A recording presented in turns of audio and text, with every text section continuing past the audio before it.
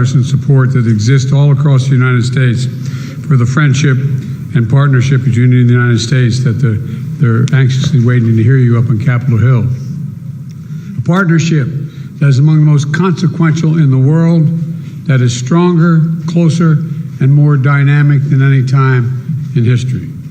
Mr. Prime Minister, we've met many times over the past few years, most recently in Hiroshima at the G7 summit, and each time I was struck by our ability to find new areas of cooperation.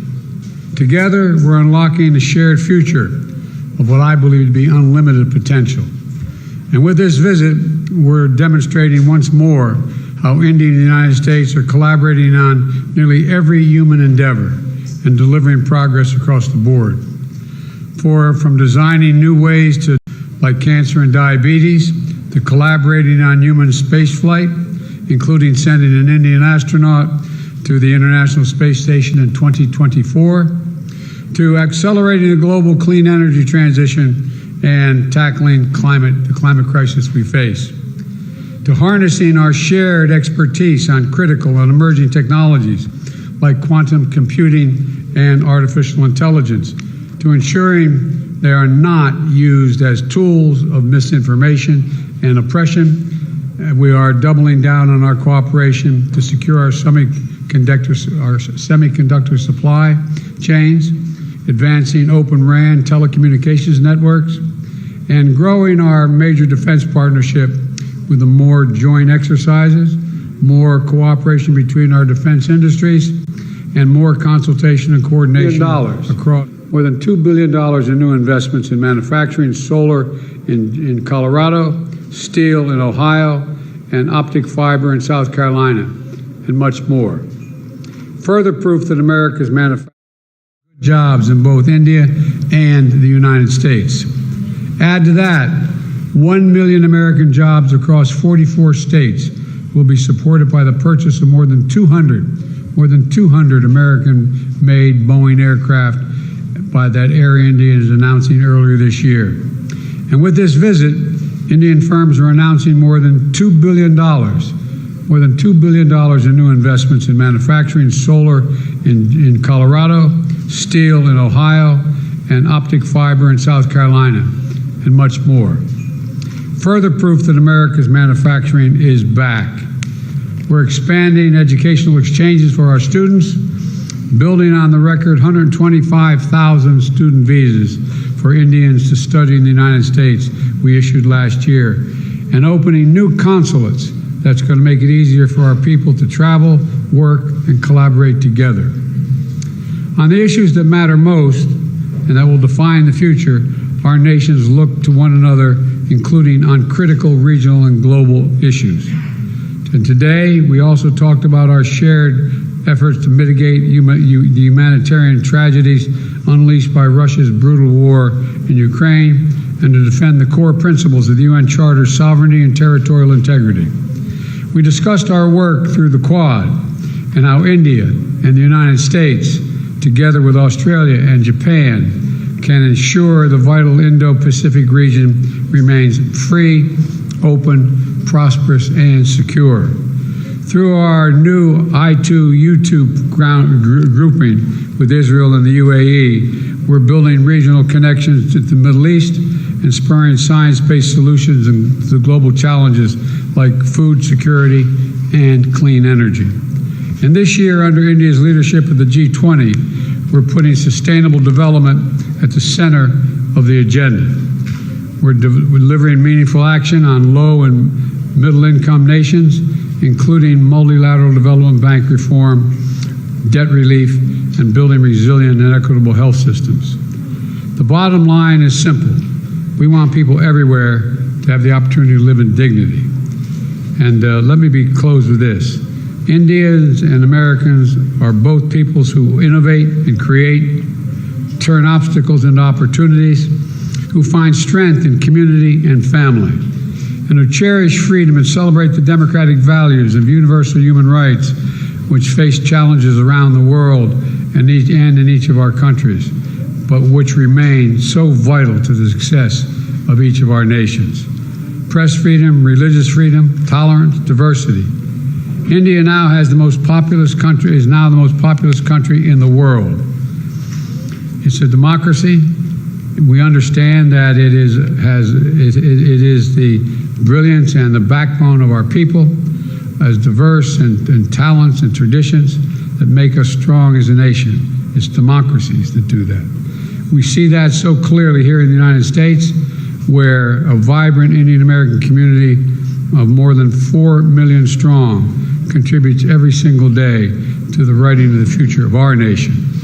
Indian Americans of every background and faith, representing the full diversity of India, are pursuing their American dream while maintaining deep connections for their Indian heritage and families. That makes us all stronger. That is a cornerstone of this essential partnership between India and the United States. And that is why I know the friendship between our nations is only going to grow as we face the future together. Mr. Prime Minister, the floor is yours.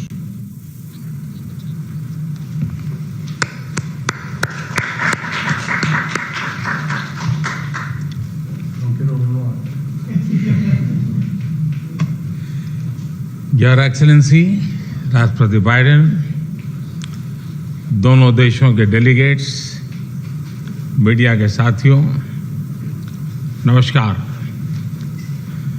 सबसे पहले मैं राष्ट्रपति Biden को उनके मित्रतापूर्ण शब्दों और Bharat America संबंधों के बारे में उनके सकारात्मक विचारों के लिए धन्यवाद देता हूं। फ्रेंड्स, आज का दिन भारत और अमेरिका के संबंधों के इतिहास में एक विशेष महत्व रखता है। आज की हमारी चर्चा और हमारे द्वारा लिए गए महत्वपूर्ण निर्णयों से हमारी कॉम्प्रिहेंसिव ग्लोबल स्ट्रेटेजिक पार्टनरशिप में एक नया अध्याय जुड़ा है। एक नई दिशा और नई ऊर्जा मिली है। फ्रेंड्स, भारत अमेरिका की व्यापार और निवेश साझेदारी दोनों देशों के लिए ही नहीं बल्कि वैश्विक अर्थव्यवस्था के लिए भी महत्वपूर्ण है। आज अमेरिका भारत का सबसे बड़ा ट्रेड पार्टनर है। हमने निर्णय लिया है कि व्यापार से जुड़े लंबित मुद्दों को समाप्त कर नई शुरुआत की जाए। आईसेट यानी initiative for critical and emerging technology हमारे तकनीकी सहयोग के महत्वपूर्ण फ्रेमवर्क के रूप में उभरा है। Artificial intelligence, semiconductors, space, quantum और टेलीकॉम जैसे क्षेत्रों में अपना सहयोग बढ़ाकर हम एक मजबूत और फ्यूचरिस्टिक साझेदारी की रचना कर रहे हैं। अमेरिका की माइक्रोन, गूगल तथा एप्लाइड मटेरियल जैसी कंपनियों द्वारा भारत में निवेश करने का निर्णय इस फ्यूचरिस्टिक साझेदारी का प्रतीक है। इस यात्रा के दौरान मुझे अमेरिका के कुछ अन्य सीईओज के साथ मुलाकात करने का भी अवसर मिला। उनके साथ हुई चर्चाओं में भी मैंने भारत के प्रति उत्साह और एक सकारात्मक सोच महसूस किया। हम दोनों सहमत हैं कि हमारी स्ट्रैटेजिक टेक्नोलॉजी पार्टनरशिप को सार्थक करने में गवर्नमेंट्स, बिजनेसेस और एकेडमिक इंस्टीट्यूशंस का साथ आना बहुत महत्वपूर्ण है।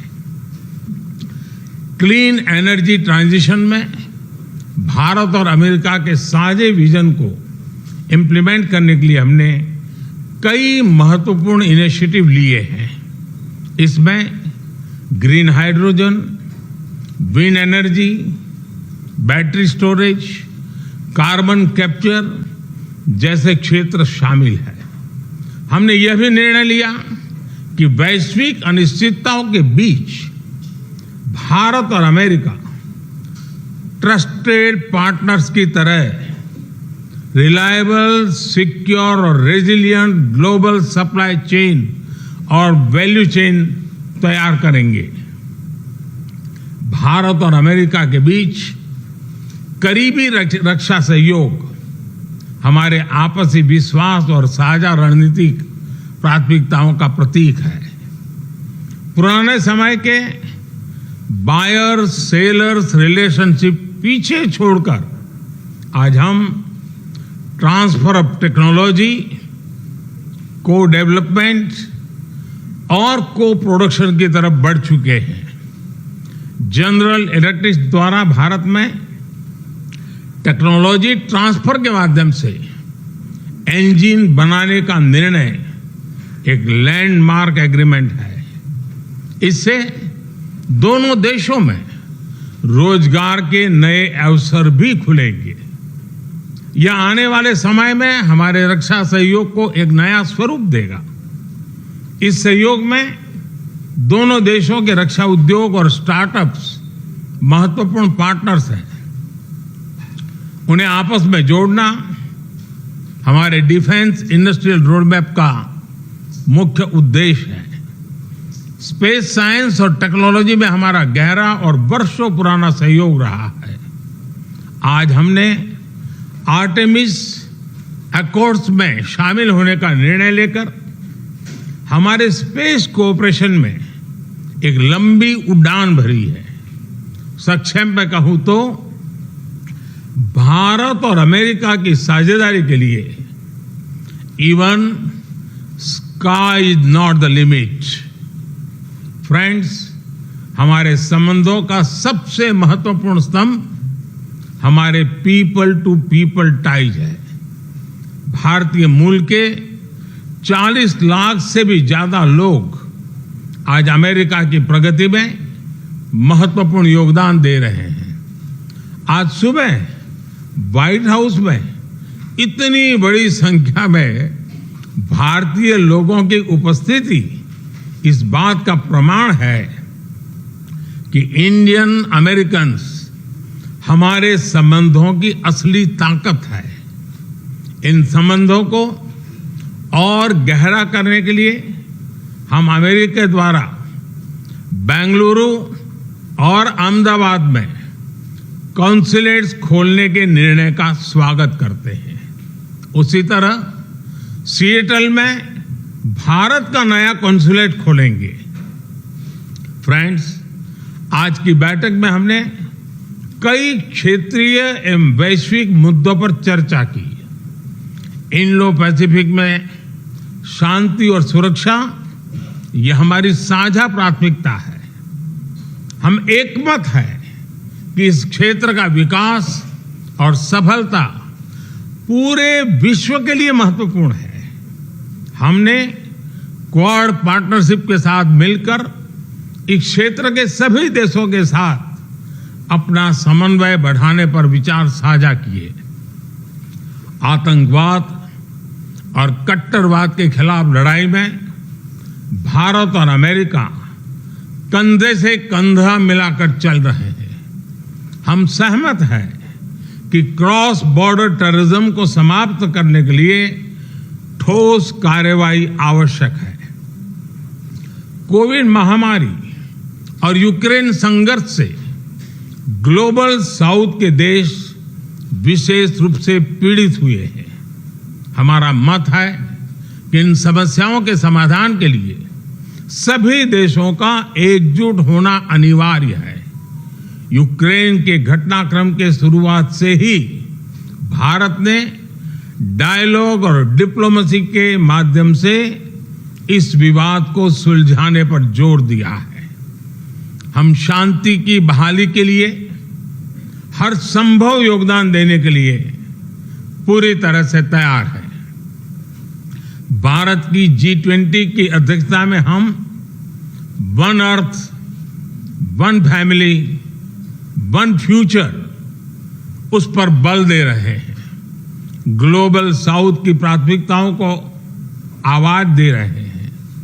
मैं राष्ट्रपति बाइडेन का धन्यवाद करता हूं कि उन्होंने अफ्रीका को G20 का पूर्ण सदस्य बनाने के मेरे प्रस्ताव पर समर्थन जताया है।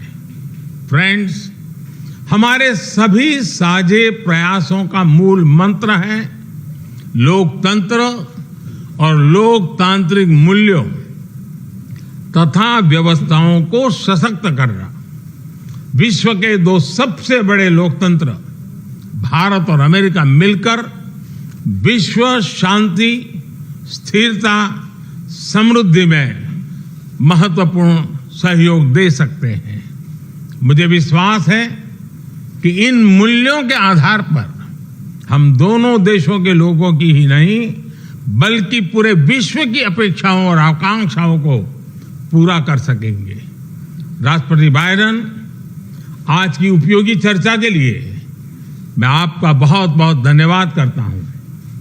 इस वर्ष G20 समिट के दौरान आपका भारत में स्वागत करने के लिए भारत और मैं स्वयं भी बहुत ही उत्सुक है। और जैसा राष्ट्रपति जी ने कहा, हम लोगों को मुझे जाना है बाद में कांग्रेस को एड्रेस करने के लिए, और इसलिए ज़्यादा अधिक समय न लेते हुए मैं मेरी बात को विराम देता हूं। मैं फिर एक बार राष्ट्रपति का बहुत बहुत धन्यवाद करता हूं।